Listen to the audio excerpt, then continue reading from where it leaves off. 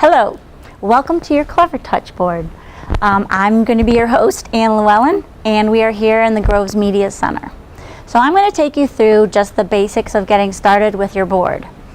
First, the power button is on the side of your board. Click it and your Clevertouch board should turn on. Once your Clevertouch board is on, you can toggle between the board and your computer and your overhead projector. To do that, you can do it one of two ways.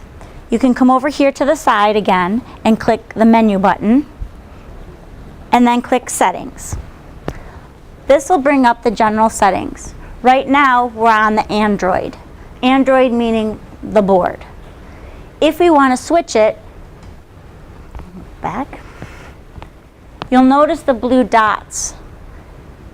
The computer is hooked up to HDMI 1. I just click that and it'll be now connected to the computer. So anything that's showing on my computer screen will now show on the board. If I want to go back, I can also swipe up from the bottom and I'll get the same menu. So if I go back to the Android, I'm now back to the board. The board will be working wirelessly, so you can still reach the internet without having to be connected to your computer. So first off, you'll see these arrows on the side. Those arrows bring up the Cleverboard apps. The first application I'm going to talk about is called the Note. If you click that, for the first time it'll come up with this beautiful shade of green. This is essentially your whiteboard. If you would like to change it and actually make it a whiteboard, what you can do is over here in the right hand corner, or left, over here, you'll click this icon and you'll click background. That way you can change the background to any color you'd like. I'll make it a whiteboard, and then that will be your background color from here on out. Once you've chosen your background color, you have the tools at the bottom. So if I want to use the pencil tool, I can change the color. You can draw.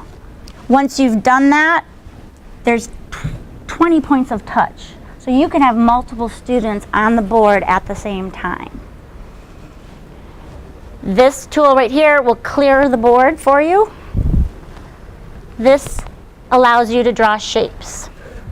So you can have circles, triangles, different lines.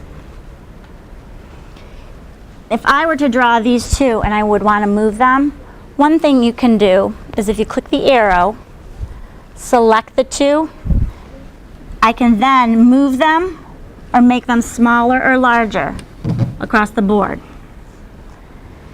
By highlighting it, by just drawing a line through it, I can delete it or move it by itself without it being connected.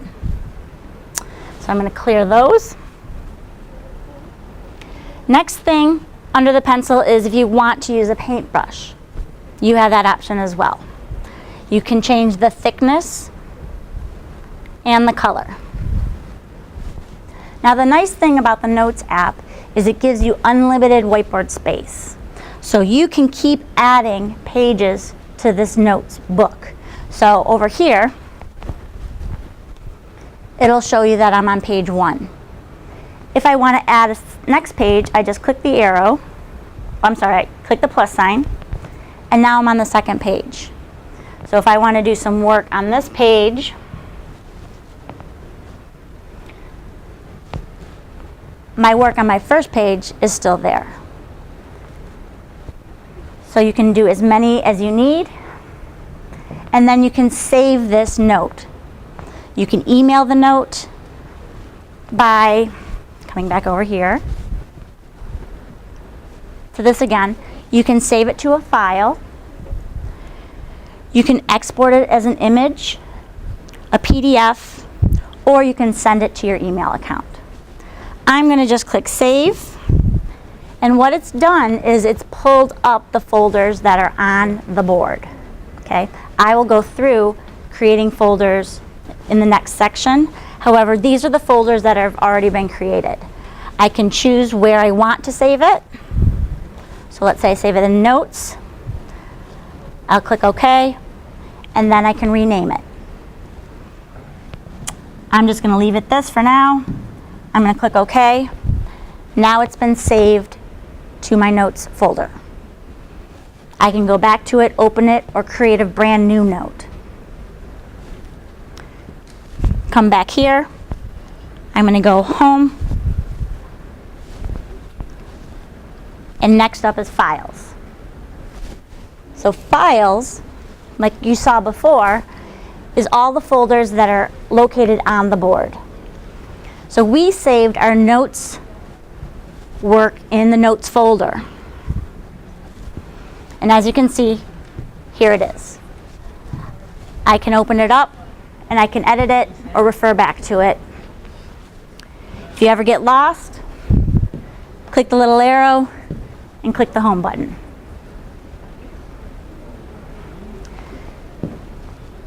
With Files, you can create your own folders. So these are the folders that you probably will see when the board arrives. To add a folder, you're going to come down here to the plus sign. You click that and you can name your folder. So I'll say Trash Me and OK. So now I have the folder there. You can create as many folders as you need to, and you can delete them. If I wanted to rename a folder, so let's say I don't want the Mark folder anymore, I would want it to call it Anne. I can click this arrow with the A, and that will allow me to rename it. So we'll go back. Another way that you can save is through a flash drive. If you have a flash drive, what you can do is you can plug your flash drive in to the side of the board. Okay. Once it's plugged in, you will see it show up under Storage.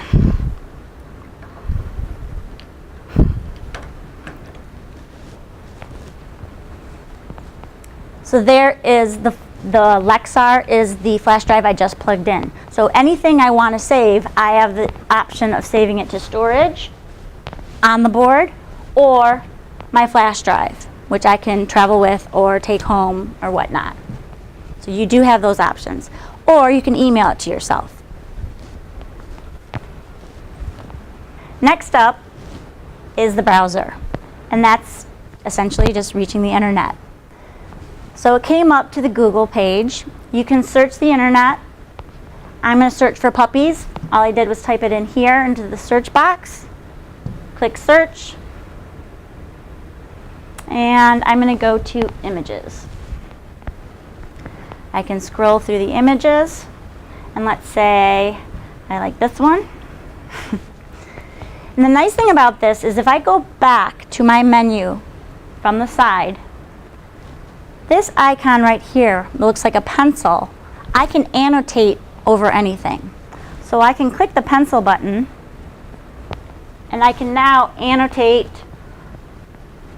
over the image. This again will clear it.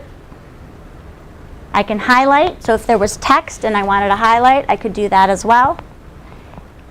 And the really nice thing about this is once I'm done annotating, if I want to save this, I click the Save button, and it gives me the option to save it to any of these folders.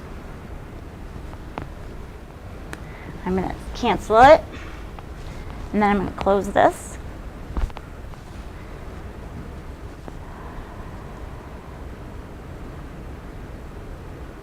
Okay.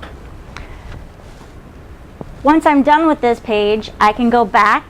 This arrow, curved arrow, will take you to the last page or the last screen.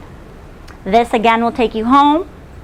And this button looks like two tiles in front of each other, shows you all the applications you have open. So if you are lost and you knew you had an application open, you can click that. It will tile the applications and you can get rid of them by clicking the X or just sliding them off the page. I'm going to go back to the arrow, and I'm going to go, actually I'm going to stick with this page. So I'm going to go back to the cute little pug, click this, and this button down here looks like a pair of scissors. This is nice because it will give you the option to snip part of your screen. So if I just wanted this part of the image, I can change the size and the area. If I wanted the entire thing, I would click this button over here. That's going to take a screenshot of the entire board, whatever's on the board at that moment.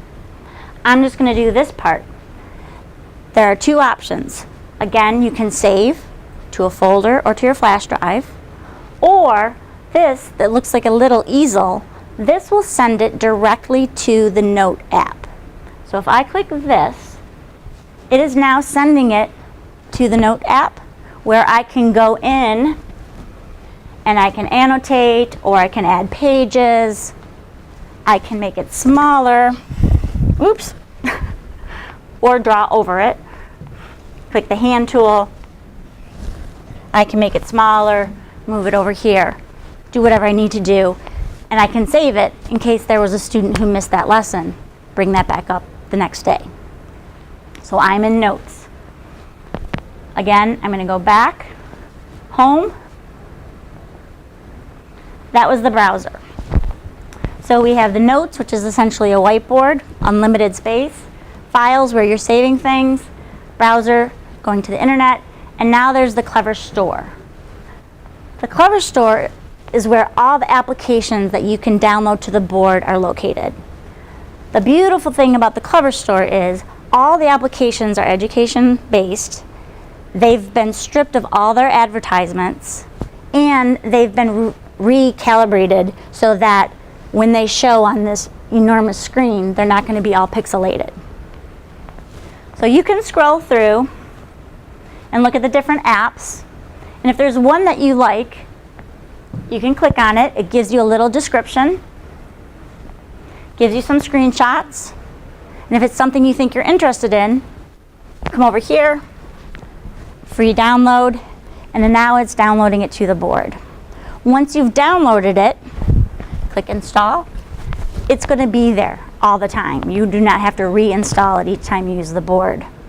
So now that the app is stored or installed, I'm going to click done, and I'm going to go again to home,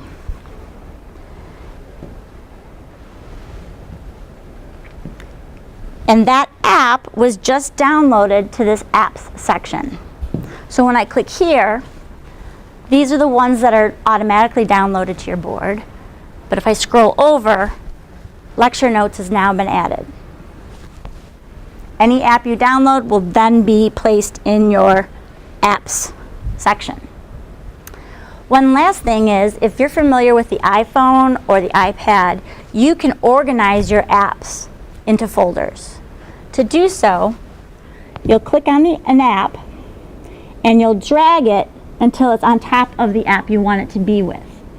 You'll drop it in, and now there's a folder and those two apps are there. You can then click and drag any other apps you want to add. That's a nice feature if you have certain math apps you want to keep together, or first hour, I just want you to use these apps, something like that. Way to keep it organized once there's a lot of applications downloaded. Now that you've created a folder, you're probably going to want to rename it. You click on the folder, and then you click on the name. You can now rename your folder. So maybe this was my math apps. And I hit enter, and now that folder has been renamed. One thing you probably have already noticed is that when you need to type something, so let's go to the browser, the keyboard pops up. However, the keyboard is very large. You can move the keyboard. However, I highly suggest that if you have to go to any place where you have to enter your password, to do it either before the kids come or do it on the computer, because it is pretty obvious what you're typing in. So just a word of caution. Active, that is exact same icon as we saw earlier. It just shows you your active screens. And again, you can close by pulling or Xing out. Okay. So screen lock we're going to avoid. That locks your screen, but it has the special code. So as for now, you're just going to avoid the whole locking of the screen. Apps we already did, and favorites.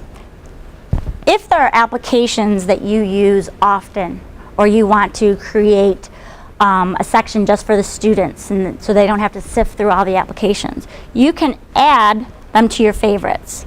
So if I click the plus sign, it brings up all my applications that have been downloaded to the board. If I use this one, it is now added to my favorites section. So if I close this, it'll still be in my apps. Oops, it'll still be in my apps, but now it's also listed in my favorites. If I go to apps, I was in the right place. I can scroll through, and settings is embedded in here. So if I click on that, that'll bring up all these options of if the display is too bright, not bright enough, if you need to check if you're connected to the Wi-Fi. That's it. So I'm going to go back,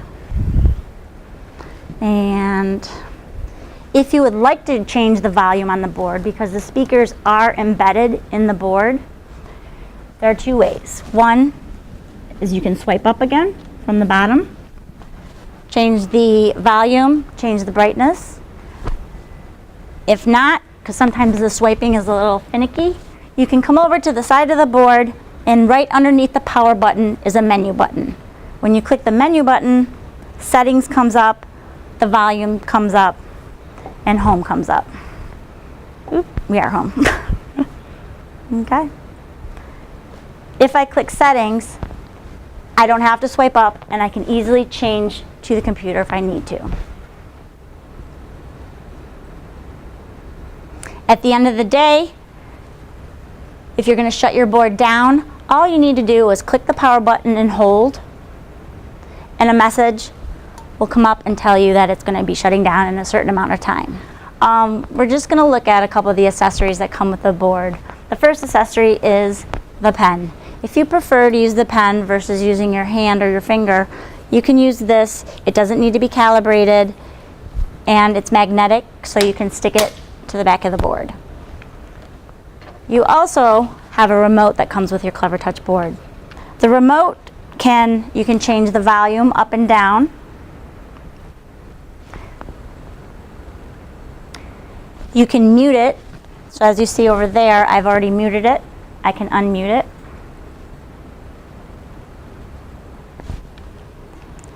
However, if you're using the remote, you have to be very careful that you're pointing it to the bottom right-hand corner where you see that little blue light. Anywhere else, it's not going to connect. So if right now I have the board connected to my computer. If I want to go back and check my email or do something on the computer, but I want to leave what they're looking at up, I can freeze the screen. To do so, on your remote, there's a blue button. You're going to click the blue button and make sure you're aiming it to the right-hand side, bottom corner. And when you do that, when you click it, a small menu will appear. That means it is frozen. So if I come back to the computer and I do something, they're not going to be able to see anything on my screen because this is now frozen. As long as that menu is up there, that screen is frozen. To unfreeze it, again, the blue button, aim it towards the bottom right-hand corner, click, and you'll now see the cursors moving, so it's back to a live screen. One last accessory that comes with the board is a microfiber cloth. That is the only thing you want to use to clean the board. You do not want to use any chemicals whatsoever. If for some reason a student comes back from lunch and has Cheeto fingers and you get something on the board that you need to get off, the Clevertouch does recommend that you use warm dish soap on the provided cloth, and that's it. And that should help get it off. Warm water and the cloth is basically all you're going to want to use on your board.